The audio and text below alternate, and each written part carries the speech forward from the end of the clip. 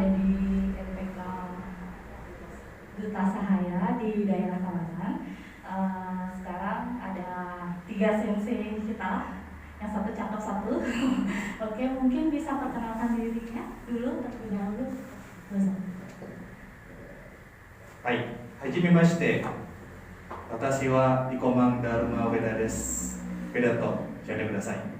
よろしくお願いします。はい、はじめまして。私の名前は今出までりあきです。よろしくお願いします。おはようございます。はじめまして。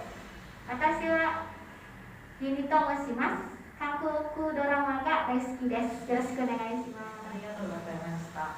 Oke, hari ini saya ingin sedikit bertanya ya tentang di sini kan RPK untuk mengadakan training atau magang ya di Jepang. Oke, sebelumnya saya mau tanya dulu di Jepang itu daerah mana, mungkin Tokyo atau Osaka atau di daerah mana, yang di kota mana gitu kira-kira. Ya, siapa yang mau jawab ya? Baik, terima kasih. Jadi untuk siswa kita kurang lebih sekarang sudah mencapai 700-an yang ada di Jepang. Untuk penyebaran itu lokasi tempat mereka magang itu sebagian besar ada di Ibaraki. Ya, ada di Ibaraki. Kemudian tempat lain juga ada di Oyama juga ada. Kemudian yang mungkin yang paling jauh itu ada di Kanazawa, di Fukuiken. Ya, di sana juga ada siswa kita yang kerja di pabrik juga ada. Tapi sebagian besar ada di daerah Ibaraki. Ya. Oke, Oke, pertanyaan selanjutnya, untuk trainingnya itu jurusannya apa aja ya yang di sini? Mungkin ada bisa dijelaskan. Jadi trainingnya apa di sana di Jepang atau sesudah aja? Terima kasih. Jadi untuk bidang pemagangan kami itu ada peternakan, pertanian, ada juga konstruksi, dan juga ada yang di bidang ya di pabrik, misalnya pabrik plastik seperti itu. Jadi tergantung dari perusahaan dari tempatnya, dan juga kerjasama kami dengan okupasi di sana.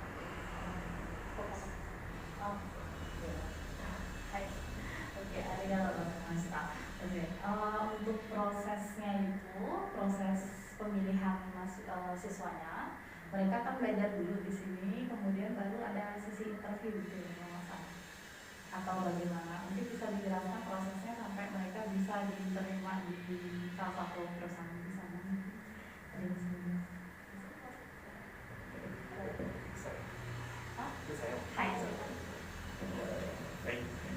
Jadi untuk proses dari awal ya, jadi kan kita di sini membuka untuk pendaftaran ya. Itu untuk pendaftaran itu biasa di hari kerja kita. Jadi kapan aja boleh. Dan kita tidak juga memungut biaya untuk pendaftaran, itu nggak ada. Nah kemudian setelah proses pendaftaran nanti akan didata. Kemudian pada saat setelah selesai pendaftaran itu akan ada seleksi dulu. Ada seleksinya. Jadi seleksinya itu biasanya ada seleksi tulis dan juga ada untuk seleksi fisiknya juga. Ya, fisiknya juga akan kami nilai. Nah, setelah selesai dia tahap seleksi, kalau misalkan sudah lulus, nanti akan dipanggil, kemudian lanjut ke medical check up. Ya, kalau misalnya sudah lulus medical check up juga, baru kita bisa lanjut ke tahap proses pembelajaran. Ya, jadi mereka sudah masuk ke tahap proses pembelajaran, mereka di sini sambil belajar, sambil menunggu panggilan juga menekan bos. Untuk tahapan mereka mencapai untuk bisa dapat pos itu ada 2 jalan sebenarnya. Ada melalui proses interview dan juga ada pengiriman data. Ya, jadi kalau misalkan dari pihak Jepangnya, dia bosnya ya yang dari sana meminta misalnya saya menginginkan 2 orang siswa gitu misalnya dengan kriteria seperti ini, cukup hanya untuk pengiriman data saja. Nah, jadi senseinya yang mengajar di kelas itu biasanya akan mendata dulu. Kita memberitahu ada permintaan di bidang peternakan misalnya. Ya, kita cari 2 orang, misalnya diminta 2 orang. Kemudian kita kasih tahu siswanya siapa yang ingin berminat, silakan mendaftar. Nah, mungkin nanti kita bisa cari untuk pengiriman datanya itu kita bisa kirim 10 atau 8 misalnya. Kita kirim, nanti yang menentukan bosnya di Jepang. Ya, jadi mereka setelah dari datanya itu ada keterangan misalnya umurnya, tinggi badannya, riwayat pekerjaannya kayak gitu. Yang mana yang menurut bosnya yang serap untuk bisa diajak kerjasama. Gitu. Kemudian kalau misalnya sudah dipilih 2 orang, langsung kembali lagi kita informasikan lagi, kita informasikan siapa siswa yang terpilih. Itu kalau misalnya pengiriman data. Kalau misalkan interview, jadi sudah ditentukan nanti jadwalnya kapan akan interview. Jadi apakah interviewnya secara langsung misalnya kesini datang atau lewat Skype biasanya. Kalau sekarang kan di masa pandemi biasanya lewat Skype. Jadi sudah ditentukan berapa orang yang akan ikut interview, kemudian dari H langsung mereka lakukan interviewnya. Seperti itu. Jadi langsung udah terpilih kan, sudah dapat bos, nah datanya, dokumen juga akan diurus. Setelah nanti diurus, tinggal nunggu visanya keluar, eligibility-nya juga keluar, ya itu izinnya. Setelah dari pihak Jepang sudah mengirimkan izinnya, tinggal nunggu untuk keberangkatannya saja. Ya seperti itu proses. Biayanya kan tadi daftarnya gratis, gitu. Ya. Tapi untuk ngurus visa, ngurus dan sebagainya itu dari mana, dari siswanya atau di situ dulu ditanggung nanti potong gaji di sana atau bagaimana? Ya, jadi untuk biaya itu kita di sini untuk biaya belajar ya. Jadi mereka juga bayar biaya belajar dulu itu sekitar 2.400.000. Nah, kemudian nanti kalau misalnya mereka sudah dapat bos, itu ada 3 tahapan untuk pembayarannya. Ya, jadi di sini kita mengambil biaya sekitar 30 juta, ya. Jadi tapi 30 juta itu nggak langsung dibayar sekaligus. Jadi ada tahapannya. Misalnya tahap pertama 15 juta dibayar, misalnya. Nanti tahap kedua 15 juta lagi, misalnya seperti itu. Jadi ketika mereka sudah dapat bos, mereka membayar untuk 15 jutanya. Ketika mereka udah dapat bos tuh, ya udah dapat bos, karena dalam kontrak kan nanti ada mereka bayar 15 jutanya.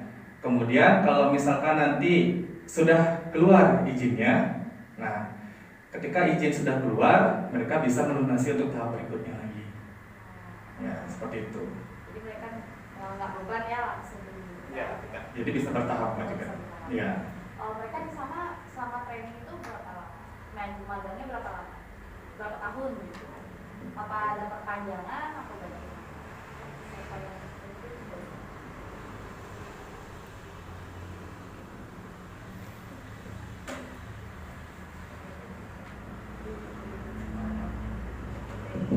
Jadi untuk lamanya mereka magang di sana itu biasanya 3 tahun. Ya. Jadi kalau sekarang kan setelah 3 tahun itu bisa lagi untuk melanjutkan yang berikutnya, tapi itu ada aturan untuk siswa magang itu harus menyelesaikan dulu selama 3 tahun itu, baru pulang dulu dan mengurus untuk keberangkatan yang berikutnya. Ada tesnya nggak sebelumnya? Untuk misalnya sudah 3 tahun, bosnya senang gitu. Terus ada tesnya, mereka tes lolos, baru bisa tambah berapa tahun lagi atau bagaimana? Biasanya ada tesnya ya. Jadi dites dulu, kalau misalnya memang lulus dan sesuai dengan kualifikasi, jadi tetap siswanya itu harus pulang dulu dan nanti baru akan berangkat ya. Kemudian dilanjut lagi berapa tahun lagi? Bisa 2 tahun, bisa dari 2 tahun dan 5 tahun. 5 tahun lagi. Bisa langsung ke detik. Oh langsung ke titik gunung. Yang lulus dari sana maksudnya. Nah untuk yang lulus itu, oh bisa juga.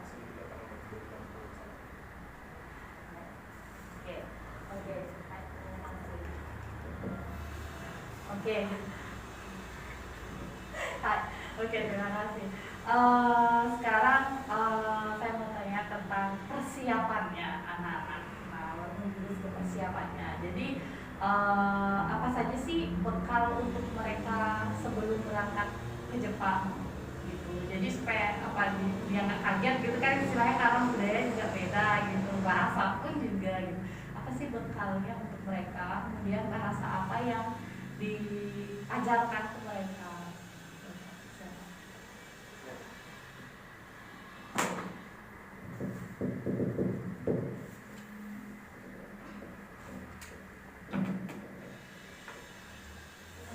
Untuk persiapan yang paling pertama itu pastinya bahasa. Jadi mereka belajar dulu selama kurang lebih 6 bulan. Jadi 3 bulan itu setara dengan N5, udah mereka bisa naik kelas, masuk dia ke N4, kayak gitu biasanya. Terus untuk persiapannya, jadi kalau mereka sudah dapat bos itu, sudah dapat perusahaan, 2 bulan sebelum berangkat ke Jepang mereka dikarantina dulu. Dikarantina ya, dikarantina di asrama. Oh, ada asrama. Ada tindakan itu selama 2 bulan. Jadi di situ dilatih untuk bagaimana berkehidupan secara berkelompok pertama itu. Terus yang kedua itu bagaimana hidup bersama teman-temannya di situ. Terus mereka juga setiap pagi itu olahraga. Terus ada tombang itu tiket, jadi mereka masak dan juga bersih-bersih. Kita sudah ada tombangnya masing-masing. Jadi di situ di asrama itu kita latih mereka. Itu persiapannya ya. Untuk melatih fisik juga, melatih mereka bagaimana mereka mandiri nanti. Dan pastinya bahasa juga di kelas. Bahasanya itu bahasa apa yang digunakan? Itu kan banyak tuh kategori bahasa Jepangnya itu. Apa sih yang digunakan yang paling kena untuk mereka ke magang gitu kan, beda dengan bahasa sehari-hari, beda dengan bahasa saat dia magang mungkin berbeda gitu. Mungkin saya kan kurang paham ya bahasanya untuk magang bagaimana, tapi banyak yang dulu soalnya ada yang ini mahasiswa saya pun juga bilang di kampus itu kan baru dasar gitu, sedangkan baru sampai di Jepang itu dia kaget banget.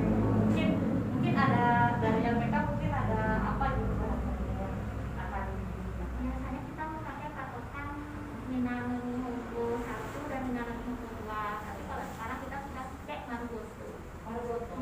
Kita menggunakan itu karena Marugoto itu buku ajar yang dipakai untuk berangkat ya, untuk berangkat kerja ya, jadi persiapan. Jadi dikomit dari Marugoto dengan Minano Nihongo. Kalau misalnya nih ada murid dia sudah mau berangkat tapi bahasa Jepangnya dia masih kurang, itu gimana tuh caranya? Kan susah ya bahasa Jepang. Misalnya dia baru masuk gitu, tiba-tiba sudah diterima sama ada yang interview, dia suka nih bosnya sama dia, tapi sedangkan dia bahasanya kurang. Nah gimana? Ada nggak ya seperti itu? Ada? Gimana tuh kira-kira cara penanganannya? Kita sudah dapet ya sebagai pengajar. Jadi mungkin jika ingin sedikit menambahkan lagi yang soal bahan ajar apa yang digunakan, kan misalnya siswanya itu bekerja di bidang pertanian. Jadi kita di sini tetap secara umum kita gunakan buku Minano Nihongo juga, kita gunakan Marugoto juga. Itu sebagai dasarnya. Mereka mengenal kosakata, mereka mengenal kata kerja. Nah, kalau misalkan untuk lebih khusus lagi, itu kita juga ada jadwal, misalkan yang bekerja di bidang pertanian. Kebetulan staf dari duta saya juga ada yang mantan Jisushe juga, mantan pemagang juga gitu. Nah, jadi biasanya yang bersangkutan itulah yang mengisi misalnya di bidang pertanian. Dia kebetulan ada yang di bidang pertanian, dia bisa memberitahu kosakatanya seperti ini. Ya, jadi kita juga punya panduannya, ada buku ajarnya juga. Ya, kosakata, kumpulan kosakata bidang pertanian gitu misalnya, itu ada. Bidang peternakan, konstruksi itu juga ada. Jadi siapa senseinya yang lebih dia bisa menguasai di bidang itu, dia langsung memberikan pengajaran di kelas. Jadi mana siswanya yang di bidang pertanian misalnya kita kumpulkan, diajarkan di sana. itu juga ada jadwalnya, ya seperti itu. Tapi secara umum mereka tetap belajar yang menggunakan buku yang biasa ya, model Minami Hongo ataupun Monogoto, seperti itu. Ya. Kemudian untuk misalnya siswa yang mengalami kendala bahasa, ya, jadi ya namanya juga siswa pasti adalah yang seperti itu kan. Apalagi memang pada dasarnya bukan apa ya, bukan 100% keinginan mereka itu untuk belajar bahasa asing seperti itu kan. Jadi karena memang tuntutan ingin bekerja di Jepang, ya terkadang mereka juga harus ditemukan artinya dengan pilihan harus bisa bahasa Jepang juga sebagai basicnya gitu. Kadang memang ada siswa seperti itu, dan cara kami biasanya mengatasi adalah dengan memberikan pembelajaran lebih intens biasanya. Jadi kita fokus, misalkan kita belajar dari jam 8.45 sampai jam setengah 5 biasanya. Itu pun juga ada shift dibagi jadi 2, pagi dan juga siang. Nah, jadi bagi misalnya siswa yang masih ada kendala bahasa, biasanya kita digunakan jam tambahan dulu. Entah itu nanti di sore hari atau di pagi harinya. Kalau misalnya di kelas pagi, mungkin di siangnya nanti ketika sudah selesai belajar di shift paginya. Kalau misalnya yang belajar sore, setelah belajar sorenya. Atau itu tergantung yang mengajar juga sih, gurunya yang mengajar, sensei yang mengajar, apakah mau digabungkan atau mau dipisah seperti itu. Nah, jadi sensei yang mengajar siswa tersebut bisa lebih intens dia. Misalnya tadi kamu kurang di bagian penggunaan kata kerja, merubah kata kerja ke bentuk T gitu misalnya. Jadi ketika sudah dipisahkan sama teman-temannya, dikasih waktu belajar tambahan, kita bisa lebih fokus untuk mengajar mereka. Itu salah satu caranya. Kedua, mungkin bisa kita berikan tugas, tapi juga tidak begitu banyak banget. Jadi kita berikan tugas hanya fokus di bagian mana dia kurang untuk pembelajarannya. Misalnya dia kurangnya perubahan bentuk nai gitu misalnya kan, kata kerja bentuk negatif misalnya. Jadi kita berikan tugas fokus ke sana. Ya, jadi itu tergantung senseinya nanti stylenya seperti apa untuk bisa mengembangkan kemampuan bahasa Jepang siswa. Jadi kalau beda-beda itu berarti kan beda-beda tugas ya setiap anak. Ya. Jadi kita kan juga punya jurnal. Ya, jadi kita bisa memberikan catatan, misalnya si anak ini, siswa ini atas nama ini dia kurang di bagian apa misalnya. Besok kita koordinasikan lagi dengan senseinya. Jadi sebelum mulai mengajar, kita ada briefing dulu kecil-kecilan, ada briefing dulu core. Jadi kita bahas siswa di kelas ini kemarin dia belajar begini, tapi atas nama si ini masih kurang dia. Itu sudah kita tulis di agendanya juga, ya di jurnalnya. Jadi berikutnya sensei yang mengajar keesokan harinya misalnya tahu apa yang harus dilakukan. Ya, jadi oh ya berarti mungkin saya akan menggunakan metode ini untuk mengajar siswa bersangkutan gitu misalnya. Bisa diatur. Saya penasaran nih, untuk yang berangkat ke Jepang itu maksimal umur berapa sih yang bisa magang ke Jepang? Maksimal umurnya? Kan ada umur 40 gitu, kadang nanya boleh nggak sih, bisa nggak sih gitu. Jadi supaya lebih jelas kan maksimalnya berapa gitu, ketentuan di Jepang tuh bagaimana, itu kan ada standarnya tersendiri. Makanya di sini tadi ada sistem interview, kemudian apa tadi tes, kan gitu kan tes dasar ya mungkin di sini. So bagaimana sih, apa sih syaratnya untuk ke Jepang gitu supaya lebih jelas? Syarat untuk ke Jepangnya atau lebih ke umurnya? Umurnya juga. Jadi biasanya sih misalkan ada permintaan, di situ biasanya disertakan juga kriteria yang harus dimiliki oleh calon pemagang. Jadi dari bosnya sendiri itu biasanya memberitahu kita kami memerlukan calon pemagang dengan kriteria sebagai berikut, misalnya tinggi badan sekian, umurnya sekian, atau rentangan umur biasanya ada sekian, misal dari umur 20 sampai umur 25 tahun gitu misalnya. Jadi kami akan mencari siswa, akan data siswa dengan kriteria yang sesuai dengan permintaannya. Nah, untuk maksimal umur untuk bisa magang ke Jepang umur 35 tahun itu sudah berada di Jepang. Sudah lupa. Ya, sudah di Jepang. Jadi Nanti umur 30 lah. ya, kira-kira umur 30 ya paling tua sekali itu mungkin umur 33. Soalnya kan apa namanya harus persiapan belajarnya kan. Jadi untuk syaratnya sih biasanya tergantung dari perusahaan. Kalau tingginya itu berapa? Kira-kira Jepang nyarinya?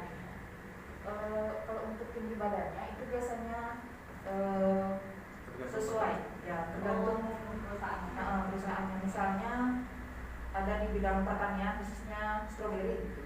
Kalau pohon stroberi itu kan pendek-pendek, jadi misalnya siswa yang tinggi ditaruh di sana itu nanti takutnya terjadi ergonomi dan apa ya kayak salah postur gitu. Jadi biasanya di bidang stroberi itu mencari orangnya tingginya nggak terlalu tinggi kayak gitu. Jadi tergantung bidangnya juga.